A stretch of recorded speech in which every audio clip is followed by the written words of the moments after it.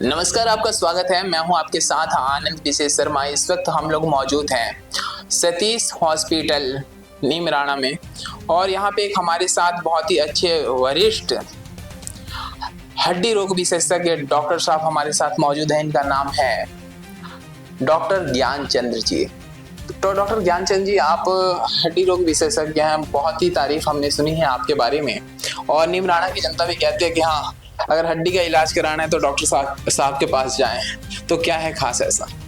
देखो, ये तो लोगों का प्यार और भरोसा है और मैं समझता हूँ कि जितना लोगों का प्यार और भरोसा रहता है उतनी हमारी जिम्मेदारी और ज़्यादा बढ़ जाती है। मेरा हमेशा से यही दे रहा है कि लोगों के लिए अवेलेबल अच्छे से रहें। जब भी उनको ज़रूरत पड़े कि डॉक्टर साहब की वहाँ चले जाओ, डॉक्टर साहब मिलेंगे ही। दूसरा, मेरा हमेशा यही रहता है कि भाई जो नॉर्मल पब्लिक आती है यहाँ पे, तो हम थोड़ा फाइनेंशियली भी हम थोड़ा सा उसको देखते हैं कि भाई मरीज को आर्थिक बर्डन भी ना पड़े इलाज के दौरान। क्योंकि मेन कारण ये होता है, डॉक्टर साहब कितने भी अच्छे हो, अस्पताल जब प्राइवेट हो तो कहीं ना कहीं पब्लिक कहती है थोड़ा महंगा होगा, यहाँ पे ट्रीटमेंट महंगा होगा। मेरा बेसिक यही रहता है कि मैं जैसे ओपीडी भी देखता हूँ तो मेरा ये रहता है कि इतना महंगी दवाई ना हो, उचित जांचें हों कि दवा जांचें भी इतनी ना हो कि मरीज अफोर्ड ही ना कर सके, और दवाइयाँ भी इतनी ज़्यादा ना हो कि पेशेंट को लेने में भी दिक्कत हो और वो आर्थिक रूप से भी उसको परेशानी हो। तो मेरा हमेशा यही दे रहा है कि अच्छा इलाज हो और उचित दर पे कि आम पब्लिक उसको अफोर्ड कर सके। तीसरा रहता है कि कोई गरीब आता है तो मेरे हमेशा और इस हॉस्पिटल का हमेशा यही रहा है कि भाई कोई भी गरीब आता है तो वो पैसे के अभाव में वंचित ना रहे। हम चाहते हैं कि कई ऑपरेशन भी हमारे जनरली महीने में 2-3 ऑपरेशन ऐसे होते हैं कि जो जिसमें जैसे बाहर के लोग रहते हैं, उनके पास कोई कार्ड भी नहीं रहता और उनके पास पैसे भी नहीं रहते, बहुत ही आर्थिक रूप से बहुत ही गरीब रहते हैं वो।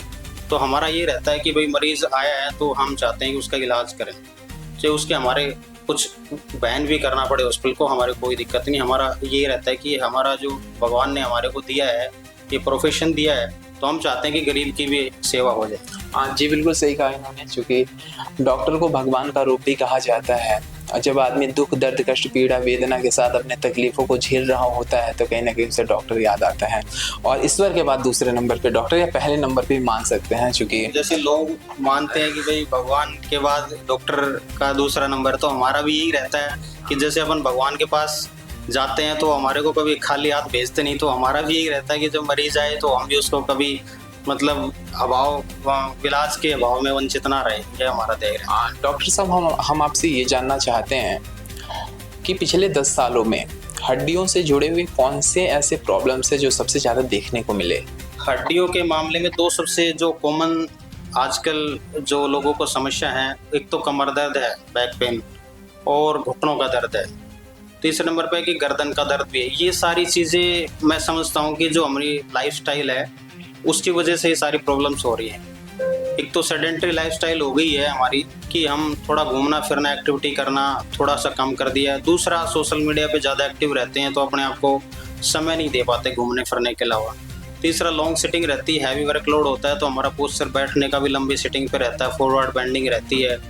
तो इन चीज़ों की वजह से मैं समझता हूँ कि ये प्रॉब्लम्स ज़्यादा बढ़ी हैं और खान पान तो इसमें अहम योगदान उसका है ही। तो खान पान में आपने देखा अभी तकरीबन न्यूज़ चैनल्स हो गए या सोशल मीडिया प्लेटफॉर्म्स हो गए, यहाँ पे कहीं ना कहीं जैसे में FSSAI हो गया और तमाम से जो फूड इंडस्ट्री हो गई, किस प्रकार से उसमें मिलावट का काम कर रही है। तो ये मिलावटी प्रोडक्ट खाने से क्या क्या हानि पहुंच सकती है शरीर को और उस हड्डी को, जो हमारी कह सकते हैं जैसे में 4th pillar of democracy media, तो वैसे में ये हड्डी भी तो एक शरीर का बहुत ही अहम हिस्सा, पिलर है। बॉडी का पिलर हमारा स्केलेटन सिस्टम है। हाँ।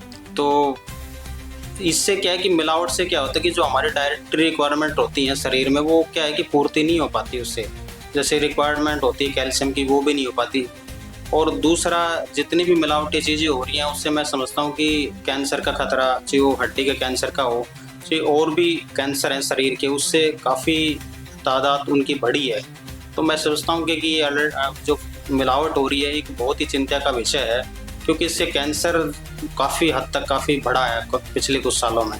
तो मैं समझता हूँ कि इन चीज़ों को थोड़ा सा हमें हेल्दी खाना खाना चाहिए। नहीं, आजकल आप तो कह रहे हैं हेल्दी खाना चाहिए, लेकिन आजकल की ये जो जनरेशन है इसे समझे तब ना, क्योंकि ये जो जनरेशन है ये chilli momos, patties, burger, sandwich और पिज़्ज़ा, तमाम सी चीज़ों पे ज़्यादा डिपेंडेंट है आज के मैं डेट। यही कहना चाह रहा हूँ आपको कि ये बाहर की चीज़ें थोड़ा सा अपने को अवॉइड करनी चाहिए। बच्चे को भी हमें मोटिवेट करना चाहिए, समझाना चाहिए कि ये चीज़ें ना खाएं, क्योंकि जो सारे इसमें कलर्स आते हैं वो सारे मिलाए जाते हैं, उसमें अडल्ट्रेशन होती है, कलर मिलाए जाते हैं। जैसे कलर कितना नुकसान पहुंचा सकता है एक नॉर्मल से शरीर को? मान लीजिए जो पिछले की जनरेशन थी, मतलब हम लोग के जो माता पिता के पिताजी रहे होंगे, उनकी आयु तकरीबन आपने देखा होगा कि तकरीबन 100 साल के थे। ना उन्हें कोई बैक पेन होता था, ना घुटने में दर्द होता था, ना कमर में दर्द होता था। लेकिन आज की जनरेशन देख लीजिए, 28 साल, 20 साल से 25 साल, 16, 17, यहीं से स्टार्ट हो जाता है शरीर का जो तकलीफ है। इसका ये है कि जो पुराने लोग थे वो एक तो मेहनत अच्छी करते थे, आउटिंग होती थी, उनको फिजिकल एक्टिविटीज होती थी। दूसरा ये था कि वो खान पान शुद्ध करते थे, घर में जो है वो शुद्ध खान पान होता था, बाहर का ऐसा नहीं होता था। आजकल सब अपना बाहर से होता है, घर पे ऐसा कुछ नहीं है। दूध भी आप देखेंगे जिसमें अपने को कैल्शियम मिलता है ऐसे दूध से। नहीं, तो कुछ सैंपल तो ऐसे पाए गए जिसमें डिटर्जेंट मिला, यूरिया मिला।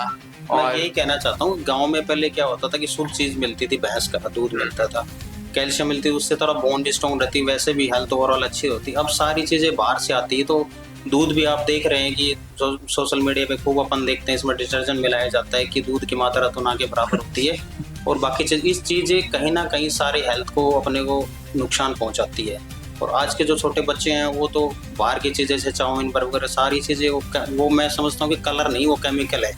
हम कलर नहीं खा रहे, वो सारा केमिकल खा रहे हैं, तो उससे चीज़ें हड्डी से रिलेटेड भी और बाकी और शरीर है उसमें सारा नुकसान रहता है। तो मैं समझता हूँ कि इन चीज़ों को जितना हम रोकथाम कर सकते हैं हमारी हेल्थ के लिए, जितना हद तक हम बच सकते हैं, तो बाहर का खाना तो हमें बचना चाहिए। एक चीज आपने सुना होगा, किसी के कभी कभी पैर में मोच आ जाना, तो ये हड्डी से ही रिलेट करता है, किसी और चीज से करता है? नहीं, मोच आ जाना तो ये मेन तो मसल्स का है, लिगामेंट्स होते हैं। हाँ, जो लिगामेंट्स होते हैं एंकल के अराउंड, तो उनका खिंचाव की वजह से ये मोच अपन कहते हैं।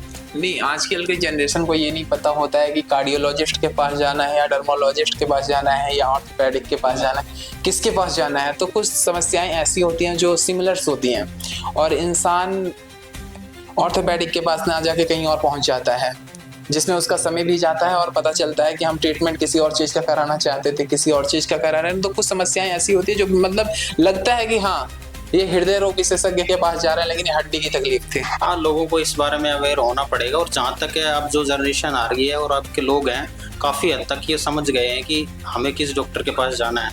लेकिन फिर भी मैं समझता हूँ कि कोई गांव के लोग होते हैं, वो उनको पता नहीं होता, जैसे हड्डी की दिक्कत है वो झटका वगैरह लगवाते हैं, पहलवान के पास जाते हैं।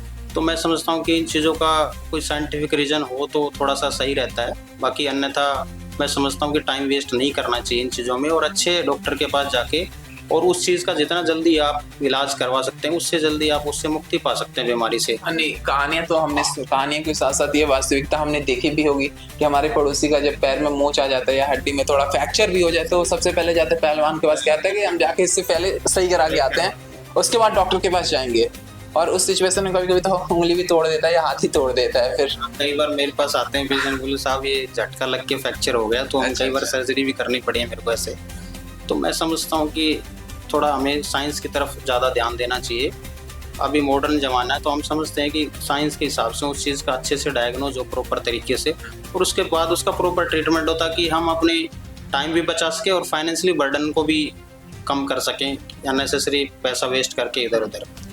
मान लीजिए कि अगर कोई पेशेंट है, किसी का हाथ फ्रैक्चर हो गया, किसी कारणवश अगर वो ट्रीटमेंट नहीं करा पाता है, और उस सिचुएशंस में किन किन कठिनाइयों का सामना, तो ये होगा, दर्द होगा, पेन होगा, तमाम से उसमें हो सकता है पल्स जम जाए, कुछ भी हो जाए, लेकिन उसे ना कराना वो कितना नुकसान पहुंचा सकता है शरीर को?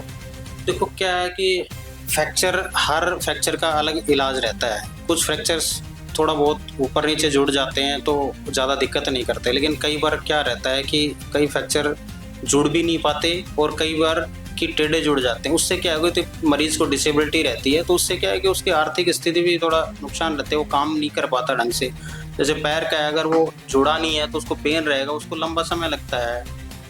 ठीक होने में, उसके बाद कोई सर्जरी होती है तो लंबा समय तय करना पड़ता है इलाज के लिए। तो चाहे कि अगर प्रॉपर शुरू में ही अगर अच्छे चिकित्सक को, हड्डी रोग विशेषज्ञ को दिखाए तो उसका तो शुरू में इलाज हो जाए तो अच्छे से रहे। दूसरा क्या है कि कई बार वो टेढ़ा जुड़ गया तो वो थोड़ा लंगड़ा चलता है, तो वो चीज़ें क्या है कि वो अपना जो नॉर्मल एक्टिविटीज़ है तो वो करने में उसको दिक्कत आती है। तो फाइनली इन दोनों चीज़ों में ही पेशेंट को मेंटल बर्डन पड़ता है और दूसरा फाइनेंशियल भी उसको बड़ी परेशानियां होती हैं। तो मैं लोगों से यही कहना चाहूँगा कि समय पर सही बीमारी का उचित इलाज करवाएं अच्छे डॉक्टर के पास जाके। मतलब ट्रीटमेंट में देरी ना करें। जी। एक प्रश्न था, थोड़ा रुकिए, बहुत अच्छा। तो मतलब बहुत से लोगों ने कहा था कि डॉक्टर साहब से मिलिएगा तो पूछिएगा कि जब घुटनों में दर्द होता है तो कोई अलग टाइप की दवा लेके खा लेता है, मतलब कैल्शियम की गोली खा लिया। कहते हैं कैल्शियम की गोली जो आजकल के डेट में आपको तमाम से केमिस्ट की दुकानों पे मिल जाती होंगी, खाने से मजबूत होता है। मान लीजिए कोई नॉर्मल पेशेंट है, क्या उसे कैल्शियम जैसी टैबलेट्स को लेना सही होता है? देखो, मैं समझता हूँ कि कैल्शियम जब तक आप बॉडी में अगर आपका कम नहीं है, जब तक कैल्शियम नहीं लेना चाहिए आपको। अगर बॉडी में चेक होने के बाद ही आपको कैल्शियम लेना चाहिए। दूसरा, विटामिन डी आप ले सकते हैं। विटामिन डी क्या रहता है कि अपन नहीं, D3 के साथ वो, हाँ, विटामिन D3 तो वो तो कैल्शियम नहीं, calcium is different, D3 is different thing है ना। विटामिन D3 सनलाइट से मिलता है अपने को डायरेक्ट, है ना, या फिर अपना मेडिसिन सोर्स होता है। बाकी कैल्शियम अपन दूध से, मल्टीपल सोर्सेज से अपने को, डेयरी मिल्क से कैल्शियम की पूर्ति हो जाती है जी। कुछ लोग कैल्शियम की दवाइयाँ खाते रहते हैं लंबे समय तक। हाँ, समझते हैं उनका ये है कि मतलब हमारे दराज में रखा है तो उसे हमें निकाल के खाना ही है। जैसे सुबह के समय हम वो खाते हैं ना, ब्रेड बिस्किट वगैरह जो लोग ये लोग खाते हैं, तो उसी के साथ तो उससे ज़्यादा एक्सेस कैल्शियम से किडनी स्टोन का भी खतरा रहता है। अच्छा। हाँ, एक्सेस कैल्शियम का लेते हैं तो किडनी स्टोन का खतरा रहता है। तो इसलिए जनरली हम ये कहते हैं कि जो कैल्शियम है वो खाने के साथ लेना चाहिए। और हमारी जनता जो है इस समय आपको जो देख पा रही है, तो कोई ऐसा चीज़ बताइए जिससे मतलब एकदम से कुछ ऐसी सारी भी मेडिसिन आती हैं, लोग कहते हैं कि हाँ, मान लीजिए हमारे घुटने में बहुत तेज दर्द हो रहा था, बहुत कस के हो रहा था, ठीक है, प्राण निकल रहे थे, लेकिन उसने एक दवा दी थी, हम केमिस्ट के यहाँ से लाए थे, खाए, एकदम से सही हो गया। कुछ ऐसा भी होता है क्या कि मतलब ऑर्थोपेडिक जो हुआ, हड्डी रोग विशेषज्ञ हैं, आपको तो इतना तो पता होगा, कुछ ऐसा भी होता है कि हाँ, कोई मेडिसिन ऐसी होती है कि हाँ, मैं जस्ट हमें उसका जो इफेक्ट है देखने को मिल जाए? देखो, मैं समझता हूँ कि अगर तुरंत राहत मिलती है तो कई चीज़ें मार्केट में अपन स्टेरॉइड्स भी होती हैं। स्टेरॉइड्स, इन चीज़ों से अपने को बचना चाहिए। हाँ, ये बहुत ही नुकसानदायक होती है। अपने को शॉर्ट टर्म रिलीफ के लिए नहीं सोचना, अपने को चाहिए लॉन्ग टर्म जी, ताकि बीमारी भी कटे और शरीर को भी नुकसान ना हो। तो मेरा यही रहता है कि भाई मरीज को जितना स्टेरॉइड चीज़ों से, इन चीज़ों से बचा जाए तो बहुत अच्छा, क्योंकि शरीर की जो हड्डियां हैं, स्टेरॉइड एक तो शरीर को डिपेंडेंट बना देता है उस दवाई पे, दूसरा चीज़ वो हड्डियों को फोर्सली बना देता है, और बहुत सारी और चीज़ें हैं, शरीर में मोटापा है, वो चीज़ें भी स्टेरॉइड लेने से बढ़ती हैं। अपने को लगता है कि यार ये दवाई ली थी, वहाँ से ली थी, इससे तो बड़ा जल्दी आराम हो गया। तो मैं समझता हूँ कि स्टेरॉइड जो ओवर द काउंटर दवाइयाँ मिल रही है, हर जगह अवेलेबल है, तो उन चीज़ों से लोगों को लेने से बचना चाहिए। अपने को शॉर्ट टर्म नहीं सोचना चाहिए, अपने को समझना चाहिए कि बीमारी क्या है और उसका प्रॉपर ट्रीटमेंट क्या है। तो अच्छे विशेषज्ञ से जाके आपको उसका राय लेना चाहिए। और स्टेरॉइड से मैं समझता हूँ आज के लोगों को मैं यही कहूँगा कि शॉर्ट रिलीफ से थोड़ा बचें। दूसरा चीज़, मेडिसिन पे ज़्यादा फोकस ना करके मैं समझता हूँ कि अपनी लाइफस्टाइल मॉडिफिकेशन और एक्सरसाइज करें। हर बीमारी के लिए, घुटने का दर्द है, कमर का दर्द है, गर्दन का दर्द है, कोहनी का दर्द है, हर दर्द के लिए अलग एक्सरसाइज शेड्यूल्स होते हैं, और उस एक्सरसाइज टूल को अगर आप प्रॉपर फॉलो करते हैं, कुछ प्रिकॉशंस रखते हैं, तो ये बीमारियां आपकी रिलीफ हो जाती। थोड़ा समय ज़रूर लगता है, लेकिन ये परमानेंट क्योर है। Medicine is not a permanent cure. मैं हमेशा फोकस करता हूँ कि दवाई टेम्पररी दें और एक्सरसाइज परमानेंट दें मरीज़ को, ताकि वो लॉन्ग टर्म उसकी जो मसल्स हैं वो स्ट्रेंथनिंग रहें और पेन ना हो। तो लोगों को यही कहूँगा कि मेडिसिन से जितना बचा जाए और लाइफस्टाइल मॉडिफिकेशन, खाने का, और दूसरा एक्सरसाइज पे फोकस ज़्यादा करें। एक चीज़ हम आखिर में आपसे पूछना चाहेंगे, ये हमें स्पाइन दिख रहा होगा, रीढ़ की हड्डी है, तो बहुत सारे लोग हाथ पैर का मतलब अगर डैमेज होता है या टूटता है, फिर कहते हैं हम इसका ट्रीटमेंट करा लेंगे जो, लेकिन स्पाइन के ऑपरेशन में कहते हैं कि हम नहीं करा पाएंगे। उन्हें डर सा लगता है कि हाँ अगर स्पाइन के साथ छेड़खानी हुई तो क्या पता हम परमानेंटली बिस्तर पे चले जाएं। इस चीज़ को लेकर के बहुत ही ज़्यादा डर का माहौल रहता है कि हाँ अगर स्पाइन का पता चला किसी पेशेंट को कि हाँ तुम्हारे स्पाइन में प्रॉब्लम है और तुम्हें स्पाइन का ट्रीटमेंट करवाना है, ऑपरेशन करना पड़ेगा, तो एक खौफ है इसका। तो देखो, पहले तो मैं ये बताना चाहता हूँ कि ऐसा नहीं है कि हर स्पाइन का इलाज ऑपरेशन है। नहीं, इन द केस किसी केस में होता है। हाँ, मैं वही समझाता हूँ। मान लीजिए किसी का नाम आ गया लिस्ट में, तो उसके मैं लिए समझता हूँ कि 90% से ज़्यादा स्पाइन प्रॉब्लम आपकी दवाई और एक्सरसाइज से और फिजियोथेरेपी शेड्यूल से ठीक हो जाती हैं। कुछ परसेंट जो जिसमें अपन इंडिकेशन होती है कि रेड फ्लैग साइंस होते हैं, जिसमें कि भाई पैरों में, हाथ में, पैरों में अगर सुन्नापन आ रहा है, दूसरी चीज़ वीकनेस आ रही है और उसको लेटरिंग, पेशाब, बाउल ब्लैडर इनवॉल्वमेंट हो रहा है, तब अपन सर्जरी के बारे में सोचते हैं। अच्छा, हाँ, ऐसा नहीं कि हर डिस्क का इलाज सर्जरी है। मोस्ट ऑफ द, मैंने बताया ना, मोर देन 90% तो आपकी मेडिसिन और फिजियोथेरेपी टूल से और आपके लाइफस्टाइल मॉडिफिकेशन से आपकी बीमारियां, बैक पेन और गर्दन का दर्द है, वो ठीक हो जाती है। डिस्क की जो रीढ़ की हड्डी की जो मैंने बताया ना कि जिसमें स्पेसिफिक इंडिकेशन होती है कि इस केस में सर्जरी करवानी पड़ती है, उस केस में अगर आपका सुन्नापन आ रहा है, आपका लेटरिन, पेशाब में आपको दिक्कत हो रही है, तो उस कंडीशन में आपको सर्जरी करवानी चाहिए। उस चक्कर में आपको ऐसे टाइम वेस्ट नहीं करना चाहिए दवाई लेके या फिर झाड़ फूक में, इन चीज़ों में नहीं पड़ना चाहिए। उससे क्या है कि फिर वो परमानेंट डैमेज हो जाता है, उसके बाद फिर रिकवरी होना बहुत पॉसिबल है सर्जरी के बाद भी। तो ऐसी कंडीशन में आपको घबराने की कोई ज़रूरत नहीं है। आजकल जो लेटेस्ट जो आ रही है एंडोस्कोपी से स्पाइन सर्जरीज होती हैं, जिसमें ज़्यादा चीराफाड़ी नहीं होती जी, और एक एक्सपर्ट स्पाइन सर्जन से आप वो सर्जरियाँ करवा सकते हैं अगर आपको ये चीज़ें दिक्कत हो रही हैं तो। नहीं, कुछ लोग कहते हैं, हमने तो किताबों में पढ़ा है कि जो जीवाश्म होता है, जो हड्डियाँ होती हैं, गलती नहीं है, और बहुत सारे लोग कहते हैं कि शरीर के अंदर की ये वाली हड्डी गल गई। कुछ ऐसा भी होता है क्या? कुछ जो केसेस होते हैं, हाँ ऐसे होते हैं, जैसे कुल्ले की हड्डी होती है, शरीर में कुछ हड्डियाँ होती हैं जो जिसमें खून का सर्कुलेशन, उनका प्रवाह कम हो जाता है, जैसे हिप की है, जैसे मोस्ट कॉमन अपन आते हैं हिप की है, और एक स्कैफोल्ड बोन होती है रिस्ट में, उसका भी एवियन हो जाता है, वैस्कुलर नेक्रोसिस हो जाता है। जैसे अपन मोस्टली अब हिप की डिस्कस करेंगे, तो हिप में खून का सर्कुलेशन हो जाता है मल्टीपल रीजन से, तो उसमें इन्फेक्शन हो गया, उसमें चोट की वजह से लगी है, या कोई ब्लड की पैथोलॉजी, सिकल सेल एनीमिया है, उसकी वजह से सर्कुलेशन कम हो रहा है, या फिर एक्सेसिव आप अल्कोहल लेते हैं, या फिर स्टेरॉइड इनटेक है, ये सारी चीज़ें आपका सर्कुलेशन कम करती हैं। तो इन चीज़ों को बचना चाहिए और समय पे उसको दिखवा के उसकी रिकवरी हो जाती है। अगर आपकी हड्डी गल रही है तो, अगर आपने लंबा समय लिया तो उसके बाद आपकी दवाइयों से उसकी रिकवरी और एक्सरसाइज से भी नहीं हो सकती। उसके बाद आपने देखा होगा तमाम से विज्ञापन आते हैं, नाप तोल करके एक आता था, मतलब जो सैटेलाइट टेलीविजन होते थे, DTH सेटर बॉक्स वगैरह पे आते थे, हम लोग देखते थे, तो उसमें आता था स्ट्रेट अप करके कुछ आता था कि मतलब मान लीजिए कि अगर आप 5 फीट के हैं तो 8 फीट के हो जाएंगे, खैर होता तो कोई नहीं है, 2-4 इंच बढ़ सकता है। तो कुछ ऐसी मेडिसिन से क्या कि इंसान की हाइट को, मतलब वॉन्स में आपका जो हड्डियां हैं उसमें अगर ग्रोथ होगी तो हाइट तो ऑटोमेटिकली ग्रोथ करेगी। क्या हाइट का संबंध हड्डियों से है? मैं नहीं समझता कि ऐसी कोई दवाई आती है जिससे हाइट बढ़ती है। मैं इस चीज़ पे बिलीव नहीं करता हूँ। मैं समझता हूँ कि आपकी एक्टिविटीज़ है, आउटडोर एक्टिविटीज़ है, वो बढ़ती है, तो उसके ओवरऑल ग्रोथ आपके शरीर की तभी होती है जब आप डाइट लेते हैं। लोग विज्ञापन को देख के भरोसा करते हैं, उसको देख के अपने वो इन पे भरोसा नहीं करना चाहिए। मैं फुली इस चीज़ को जस्टिफाई नहीं करता हूँ इस चीज़ से। मैं पॉसिबल वो आपकी खान पान का अच्छा है आपका, और आपकी एक्टिविटी अच्छी है, खेल कूद करना, स्पोर्ट्स एक्टिविटी करना, उससे बॉडी की ओवरऑल ग्रोथ होती है। ऐसी कोई मेडिसिन नहीं है। हाँ, सप्लीमेंट आप हो सकता है, प्रोटीन है, ये चीज़ें आप, वो भी मैं समझता हूँ कि आजकल लोग लेते हैं, प्रोटीन ले लिया हेल्थ बनाना, वो नहीं करना चाहिए।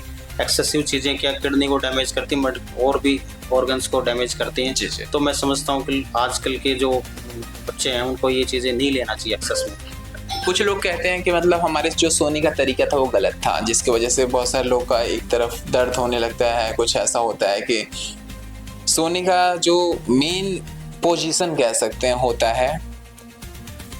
और मतलब मान लीजिए कि अगर वो डायरेक्शन थोड़ा गलत करता है तो इंसान का, आपने देखा होगा कभी कभी एक अंग जो होता है बहुत ही लगता है कि लकवा मार गया या फिर बिल्कुल वर्क नहीं करता। तो कई बार क्या होता है कि सोने का पोस्चर, अपन क्या नींद में होते तो अपन को पता नहीं रहता कि कैसे क्या है, लेकिन फिर भी कई बार क्या होता है कि हाथ को कई बार बेड से नीचे उससे कोई प्रॉब्लम हो सकती है क्या कि अगर हमारे सोने का तरीका गलत रहा तो आने वाले समय में हमारी हड्डियों में भी तकलीफ हो? हाँ देखो, मैं समझता हूँ कि सोने का तरीका अपन क्या नींद में होते तो नहीं करते, लेकिन हाँ हमारी जो बेडिंग है ना, गद्दा कैसा है वो ज़्यादा इंपॉर्टेंट है। मैं समझता हूँ कि वो बहुत ज़्यादा सॉफ्ट ना हो। हाँ, मैट्रेस है वो बहुत ज़्यादा सॉफ्ट नहीं होना चाहिए। उससे क्या होता है कि बैक पेन का थोड़ा सा खतरा रहता है। और अगर हार्ड हो गया ज़्यादा, हार्ड थोड़ा सा फिर भी ठीक रहता है, लेकिन अकड़न सी रहती है उससे शरीर में। बहुत ज़्यादा हार्ड भी ना हो और बहुत ज़्यादा अल्ट्रा सॉफ्ट भी नहीं होना चाहिए। कई लोगों को क्या था, हार्ड से भी थोड़ा सा अकड़न सी होती है, थोड़ा करवट वगैरह लेने में, पोजीशन चेंज करने में थोड़ा सा दिक्कत आती है। बाकी मैं समझता हूँ कि ज़्यादा हार्ड भी ना हो और बहुत ज़्यादा सॉफ्ट भी ना हो। तो मैट्रेस का बहुत बड़ा रोल है। बहुत ज़्यादा सॉफ्ट होता है तो उससे क्या होता है, बैक पेन का डर रहता ही है उसमें, लोअर बैक पेन का। तो ये हमारे भी बहुत, मतलब पिल्लो है, कई बार सर्वाइकल का पेन है, उसमें अपन पिल्लो लगाते हैं तो हाँ हल्का लगा सकते हैं आप, पतला। बाकी बहुत ज़्यादा मोटा आपको नहीं लगाना है। तीसरी चीज़, आपको सोते टाइम मोबाइल वगैरह का इस्तेमाल नहीं करना, क्योंकि अपन तकिया वगैरह ज़्यादा लगा लेते हैं और फिर उसके बाद फ़ोन देखते हैं। हाँ, तो उसमें सर्वाइकल की दिक्कतें स्टार्ट होती हैं। तो मैं समझता हूँ कि सोते टाइम फ़ोन का और ये तकिया ज़्यादा लेना, और अल्ट्रा सॉफ्ट आपका मैट्रेस नहीं होना चाहिए। बाकी सोने का ज़्यादा है नहीं, वो सिर्फ डिपेंड करता है कि आपकी दिक्कत अगर बैक पेन है तो उसमें अपने को समझना है कि सोना कैसे है। तो उसके लिए ये होता है, उसके लिए ये है कि भाई अगर आपको पैरों में तकलीफ ज़्यादा हो, बैक पेन ज़्यादा हो, तो अपन सीधे लेट रहे हैं तो पैरों के नीचे, घुटनों के नीचे आपको पिल्लो लगाना है ताकि कुल्ली से थोड़ा सा फ्लेक्स रहे तो बैक पेन आपका कम होगा। दूसरा चीज़, आप करवट लेके आए, बैक पेन है तो आप बीच में, दोनों पैरों को बीच में पिल्लो लगा के आप सो सकते हैं। तो ये कमर दर्द में आपको क्या पोजीशन से सोना है वो इम्पोर्टेंट है। आप जनरल में ज़्यादा इतना फ़र्क पड़ता नहीं है। बाकी जो अगर आपको लो बैक पेन है, सर्वाइकल है, तो आपको क्या चेंजेस करने हैं वो इम्पोर्टेंट है। जी जी। तो ये थे हमारे साथ। चले, तो बहुत सारे लोग ये जानना चाहते हैं कि मान लीजिए किसी के घुटने में दर्द होता है, किसी के स्पाइन में दर्द होता है, किसी का हाथ टूट जाता है, किसी का पैर टूट जाता है, किसी का सर फट जाता है, तमाम सारी समस्याएं होती हैं। तो एक स्पेशलिस्ट होने के नाते हम आपसे ये जानना चाहते हैं, ये जो हॉस्पिटल है सतीश हॉस्पिटल, इसमें क्या हड्डियों से संबंधित सारी सुविधाएं मौजूद हैं या किसी चीज़ की कमी है? देखो, मैं समझता हूँ कि जो हम रेगुलर जो सर्जरियाँ कर रहे हैं, जी जी, मैं समझता हूँ कि मोस्ट ऑफ द सर्जरी जो जयपुर या दिल्ली बड़े शहरों में होती हैं, वो सब सर्जरियाँ हम यहाँ पे कर रहे हैं। जी। हमारे पास यहाँ पे अल्ट्रा मॉडर्न जो ऑपरेशन थिएटर है वो भी है, और हमारे पास आईसीयू फैसिलिटी भी अच्छी है। यहाँ पे क्रिटिकल केयर अवेलेबल रहता है, इसलिए हम कॉम्प्लिकेटेड सर्जरियाँ भी यहाँ पे करते हैं। जैसे मैं कहूँ कि ऑर्थोपेडिक्स डिपार्टमेंट से रिलेटेड क्या क्या सर्जरियाँ करते हैं, जैसे हम हर प्रकार के एक्सीडेंट के दौरान या फिर गिरने की वजह से जो भी फ्रैक्चर्स हैं, जो भी कॉम्प्लेक्स से कॉम्प्लेक्स फ्रैक्चर हैं, जी जी, वो सब हम यहाँ पे कर रहे हैं सतीश हॉस्पिटल में। जी। हम यहाँ पे जैसे कॉम्प्लेक्स सर्जरी जैसे इलीजारो होती है, जैसे एक्सीडेंट में पैर बिल्कुल क्रश हो गया, उसके बाद भी हम उसको कटने से बचाने के लिए हम इलीजारो सर्जरी करते हैं। उसकी कम से कम 10 सेंटीमीटर हड्डी छोटी भी हो गई तो हम उसको इस तकनीक से बढ़ा भी देते हैं। दूसरी चीज़ ये है कि हम रिप्लेसमेंट, जो आज के टाइम में लोग घुटने से रिलेटेड हिप का जो रिप्लेसमेंट है वो हम यहाँ रेगुलर कर रहे हैं, और अच्छी क्वालिटी की चीज़ें हम यहाँ पे इम्प्लांट लगा रहे हैं। और अच्छे जो अफोर्ड कर सके लोग, कैश में करते हैं तो वो, और नहीं तो स्कीम्स में हमारे पास भामाशाह है, आयुष्मान है, ESI है, ECHS है। इसके अंदर हम फ्री ऑफ कॉस्ट जो भी सर्जरीज हैं, बड़ी सर्जरियाँ सब हम काम करता है। आयुष्मान काम करता है। अच्छा जी। तो उससे लोगों को बहुत फ़ायदा होता है। उससे सारी ये सर्जरियाँ, बड़ी सर्जरियाँ हैं और छोटी सर्जरियाँ फ्रैक्चर से रिलेटेड है, सब फ्री चल रही है। अभी आपने बताया कि मतलब कुछ केसेस ऐसे होते हैं जिसमें पैर पूरी तरह से क्रश कर गया, उसके बावजूद भी आप ट्रीटमेंट करके उसे सही करने का काम करते हैं, कोशिश करते हैं। कभी ऐसे काम को करते वक्त किन किन तकलीफों का सामना करना पड़ता है कि तकलीफों का सामना सर्जरी से रिलेटेड नहीं करता, वो हमारे को पूरा विश्वास है कि हम जो चीज़ कर रहे हैं वो जेन्युइन हो जाएगा। लेकिन जो प्रॉब्लम्स तो प्रॉब्लम्स ये आती हैं कि हमें थोड़ा सा मरीज के जो रिश्तेदार है, अटेंडेंट है, उनको समझाना कि भाई ये चीज़ें थोड़ा सा समय लगेगी, क्योंकि हर आदमी समझता है कि यार जल्दी ठीक हो जाए, लेकिन कुछ पर कुछ चीज़ें ऐसी होती है जिसको जो समय लगना होता है वो लगती हैं, तो उनको थोड़ा सा काउंसलिंग करना, समझाना, ये थोड़ा हमारा दायित्व बढ़ जाता है इन चीज़ों में। कॉम्प्लेक्स सर्जरीज होती हैं उसमें। बाकी सर्जरी के दौरान मैं समझता हूँ कि वो चीज़ें हम अच्छे से कर लेते हैं, लेकिन हाँ काउंसलिंग पार्ट होता है, उसमें हमारे को थोड़ा लगता है कि पेशेंट को, अटेंडेंट को काउंसलिंग करना, इस चीज़ को थोड़ा सा समय लगेगा ठीक होने में। जी। और मतलब जो सतीश हॉस्पिटल है ये मतलब और किन किन चीज़ों का ट्रीटमेंट करता है, जिसमें स्पेशलिस्ट डॉक्टर्स होते हैं या फिर बहुत ही वरिष्ठ डॉक्टर्स होते हैं या बुलाया जाता है, कुछ ऐसा? किन किन चीज़ों की मतलब ट्रीटमेंट बेहतरीन तरीके से किया जाता है? क्या सारी फैसिलिटी मौजूद है? किन चीज़ों का मतलब कौन कौन से डॉक्टर्स हैं जो हमारे पास अवेलेबल हैं, नहीं अवेलेबल हैं? देखो, सतीश हॉस्पिटल नीमराना क्षेत्र और कोटपुतली बैरोड में एक अच्छा फैसिलिटी देने वाले हॉस्पिटलों में से एक है। सतीश हॉस्पिटल में एक मल्टी स्पेशलिटी हॉस्पिटल है। इसमें जो फिजिशियन है हमारे डॉक्टर कप्तान सिंह यादव, वो मैं समझता हूँ कोटपुतली बैरोड में one of the best physician है। दूसरा, हमारे पास क्रिटिकल केयर जो आईसीयू है, जो क्रिटिकल पेशेंट्स होते हैं जो वेंटिलेटर पे लेते हैं, वो सब पेशेंट हमारे पास, मतलब क्रिटिकल पेशेंट हमारे पास रहते हैं हमेशा, और एक क्रिटिकल केयर की हमारी पूरी टीम है जो सीरियस पेशेंट्स को राउंड द क्लॉक मैनेज करती है। तीसरा चीज़ है कि हमारे पास एक अच्छे फिजियोथेरेपिस्ट हैं डॉक्टर आनंद, जो पिछले 20-25 साल से इस एरिया में फिजियोथेरेपी। उससे क्या है कि जो पेशेंट ऑर्थोपेडिक सर्जरी से रिलेटेड जो भी पेशेंट है उनकी एक्सरसाइज करवाना, दूसरा जो आईसीयू में पेशेंट एडमिट रहते हैं उनकी फिजियोथेरेपी करवाना, एक्सरसाइज करवाना, वो बहुत इंपॉर्टेंट है। जैसे पैरालिसिस के पेशेंट हैं उनको बखूबी से अच्छा एक्सपीरियंस है, वो सब वो अच्छे से करते हैं। और हमारे पास डेंटिस्ट है डॉक्टर अनीता यादव, वो भी अच्छी डेंटिस्ट है, आसपास के एरिया में काफ़ी अच्छा नाम है उनका और बढ़िया कर रही है। तीसरा, हमारे पास गायनी डिपार्टमेंट है जो डिलीवरी है। वो चीज़ें भी हम शुरुआत की है, लेकिन हम समझते हैं आने वाले टाइम में हम अच्छा करेंगे उस चीज़ के बारे में। स्त्री रोग विशेषज्ञ में थोड़ा स्त्री रोग विशेषज्ञ है डॉक्टर प्रेरणा यादव। तो हम समझते हैं कि धीरे धीरे उस डिपार्टमेंट को हम ग्रो करना चाह रहे हैं, और अभी काफ़ी हद तक हमने उस चीज़ में अचीव किया है। हम चाह रहे हैं कि और भी अच्छा करेंगे, और हमारा ध्येय यही रहता है कि हम डे बाय डे अच्छा लोगों को अच्छी फैसिलिटी दें और एक उचित दाम पे, कि पेशेंट को आर्थिक बर्डन, मैं बार बार इसलिए कहता हूँ क्योंकि हम एक ग्रामीण क्षेत्र के हॉस्पिटल हैं, तो इसलिए हमारा ध्येय यही रहता है कि अच्छा इलाज और एक उचित रेट पे, उचित दाम, मतलब पेशेंट को ज़्यादा बर्डन ना पड़े, हम दे पाएँ।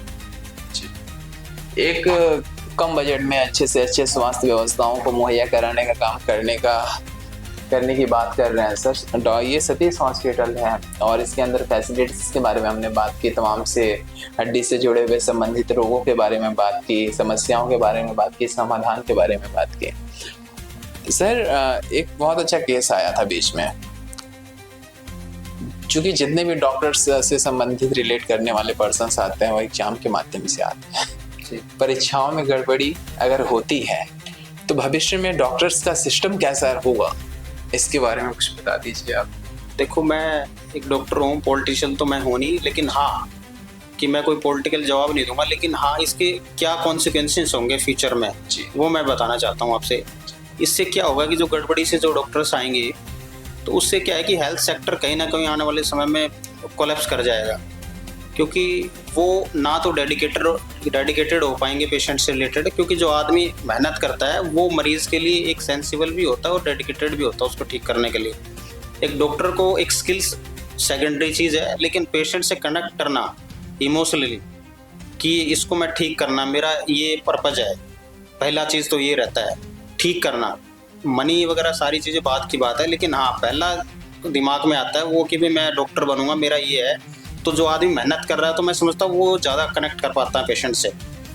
दूसरी चीज़, समाज में ये चीज़ अगर उसको अच्छी फैसिलिटी दे हुआ पेशेंट से कनेक्ट कर पाता है, तो मैं समझता हूँ कि भाई आपका जो दवाइयाँ हैं वो एक तरफ हैं, लेकिन आपका इमोशनल सपोर्ट है पेशेंट को, दैट इज़ वेरी इंपॉर्टेंट, कि वो भी पेशेंट को कन्वे करता है कि भाई डॉक्टर, हाँ मैं I am safe in these hands, कि मैं इस डॉक्टर के हाथों में सुरक्षित हूँ, तभी वो भरोसा करता है, उसके बाद ही दवाइयाँ काम करती हैं। तो मैं समझता हूँ जो आदमी बिना मेहनत के आ रहा है वो दवाई तो देगा, लेकिन वो कनेक्ट नहीं कर पाएगा मरीज से, और ना दवाइयाँ अच्छी दे पाएगा। तो मैं समझता हूँ कि ये सही नहीं है। इस और इस चीज की आपने देखा होगा कि मतलब जो मेडिसिन होते हैं उसमें एमआरपी को लेकर के, मान लीजिए कि जो मेडिसिन PMJY है, प्रधानमंत्री जन औषधि से, मान लीजिए 6 रुपए की इंसान खरीदता है, 6 रुपए कुछ पैसे की, वही अगर हम दूसरे केमिस्ट की दुकान पे लेने जाते हैं तो उसकी कम से कम कीमत होती है 84-85।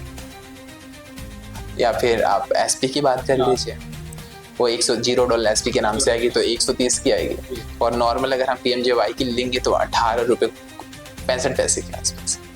तो कहीं ना कहीं आपको लगता है कि इसका जो एक निर्धारित मूल्य मेडिसिन का करना चाहिए गवर्नमेंट को या फिर तमाम सी कंपनियों को, जिससे अच्छे रेट में दवाइयाँ मिल सकें, क्योंकि मार्जिन को लेकर बहुत सारे लोग, मैं इस चीज़ से कोई सेटिस्फाई हो सकता है, इस आंसर से कुछ संतुष्ट भी हो सकता है, कुछ असंतुष्ट होगा, लेकिन मैं हमेशा यही सोचता हूँ कि दवाई के रेट अननेसेसरी एक्स्ट्रा नहीं होना चाहिए, क्योंकि हमने कब सिरप खरीदा था जी, आदमी क्या होता है कि सब कुछ उसकी कंडीशन ऐसी होती है कि वो मोस्टली क्या होता है कि सब कुछ कोई पैसे उधार लेके आता, कुछ ये इलाज के लिए। तो मैं समझता हूँ कि दवाई का अननेसेसरी बर्डन नहीं होना चाहिए मरीज पे। और मेरा भी ये रहता है कि यार मेरे को रहता है कि ये दवाई कितनी महंगी है, तो मैं दवाई देख के भी पेशेंट को दवाई लिखता हूँ कि रेट देख के, यार ये तो महंगी पड़ेगी, मरीज को ये अफोर्ड नहीं कर पाएगा। तो मैं समझता हूँ कि एक अच्छी ब्रांड हो और एक रिलायबल रेट पे हो, तो मैं पेशेंट को वही अफोर्ड करता हूँ। हाँ, ज़्यादा पुअर लगता है तो हम अच्छा डिस्काउंट पे देते हैं, यार ठीक है ये पुअर आदमी है, अफोर्ड नहीं कर पाएगा, दवाइयाँ अच्छी देना भी ज़रूरी है, लेकिन थोड़ा कॉस्टली है तो हम उसको डिस्काउंट वगैरह जो हमारी तरफ से होता है, तो हम पूरा हमारी तरफ से जो होता है पेशेंट्स के वेलफेयर में हम पूरा सपोर्ट करते हैं। मेरा हमेशा यही रहता है कि अच्छी ब्रांड की दवाई हो और उचित रेट पे हो।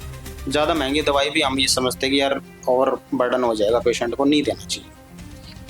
और रेट का तो देखो हमारे हाथ में नहीं है क्या है क्या नहीं है, लेकिन हाँ बात है, लेकिन मैं समझता हूँ कि भाई अच्छी दवाई और उचित रेट पे अगर आ रही है तो मैं वही मेडिकल पे समझता हूँ कि भाई मरीज को ये दवाई दो। जी, तो हमारे साथ मौज 1 मिनट भैया रोकी। तो अंत में हम एक बार और पूछना चाहेंगे कि आखिर क्या देना चाहते हैं संदेश आप नीमराणा की जनता को, हिंदुस्तान की जनता को, राजस्थान के आवाम को?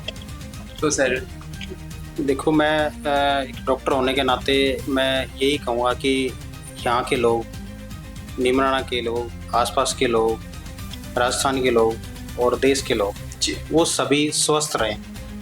मैं नहीं समझता कि ज़्यादा हॉस्पिटलों में जाने की ज़रूरत है। अगर आप अपनी लाइफस्टाइल को चेंज करते हैं, मैं समझता हूँ कि थोड़ा सोशल मीडिया से बाहर निकल के थोड़ा आउटडोर एक्टिविटीज़ करें। दूसरा चीज़, थोड़ा नशे से दूर रहें।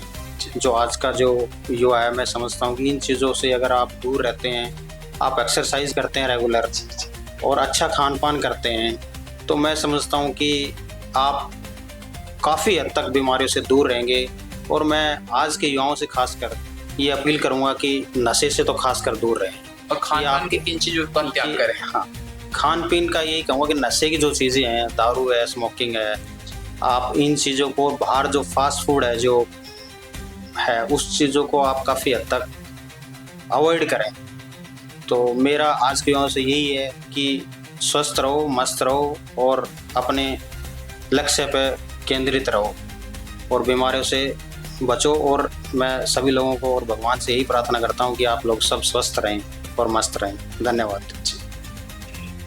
तो बहुत बहुत धन्यवाद सर आपका, धन्यवाद। हमारे साथ मौजूद थे डॉक्टर ज्ञानचंद्र जी, जो हड्डी एवं जोड़ों रोग विशेषज्ञ थे, ऑर्थोपेडिक के। और ये जो है हॉस्पिटल सतीश हॉस्पिटल है, जिसमें तमाम सी गुणवत्ता हैं, तमाम सी समस्याओं का समाधान है और तमाम से विशेषज्ञ हैं जो हर बीमारियों को बहुत ही गहनता से उसका अध्ययन करते हैं और उस पर जांच करते हैं, उसका ट्रीटमेंट करते हैं, उसका इलाज करते हैं और समस्याओं का समाधान करते हैं।